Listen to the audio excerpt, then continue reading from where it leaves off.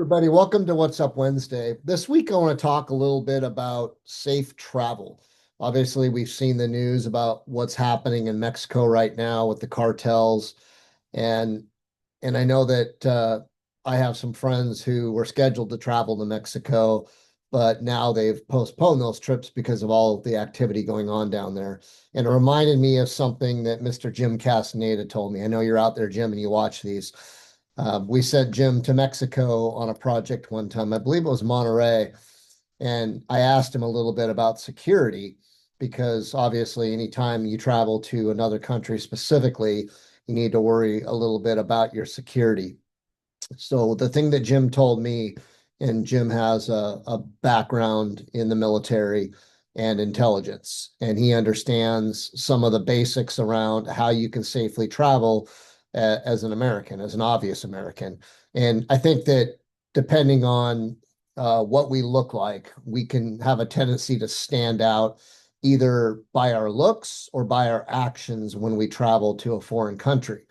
And what Jim told me that really resonated with me is that when he travels, he observes the behaviors of the locals and he mimics what they do. So, as an example, there was a road in the town that he was staying at, and the road was lined with buildings, shops, and whatnot.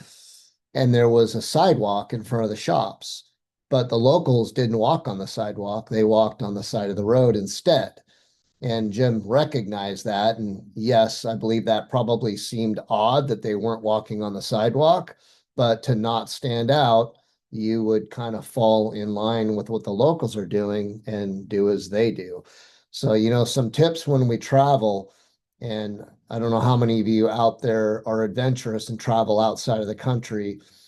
Canada's fairly simple and easy, but when we start looking at Central and South America and some of the European countries, it becomes a little bit more challenging. And I know that we have a lot of travelers who work for us who sometimes encounter these things. So think a little bit about those tips when you travel. Now, I'm not a security consultant.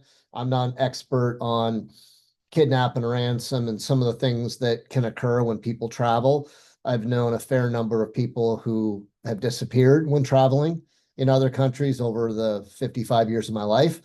And the little tips and pointers that I've learned are obviously the pointer that Jim shared, which is observe the locals, do as the locals do. Another one would be if you're in a public place, say a cafe, a coffee shop, a restaurant, it's always my opinion that you should find a table or seat that allows you a perspective to be able to see what's going on. So, as an example, try not to walk into a restaurant with your back to the door, the entry to the restaurant. Try to set it up to where you have a vantage point and you can see out to the restaurant, anybody coming and leaving, and you can observe behaviors. That just gives you a little added layer of confidence and a little bit of a layer of security. The other thing is, if you get into a situation, and this might be taking it a bit too far, but you get into a situation where somebody engages with you in a negative manner, I think that the natural human response is to panic a little bit. And I would say that it's very, very important to remain calm, to really capture that moment and as many details as you possibly can so you can begin to kind of design a way out. Maybe it's an argument, maybe it's a conversation.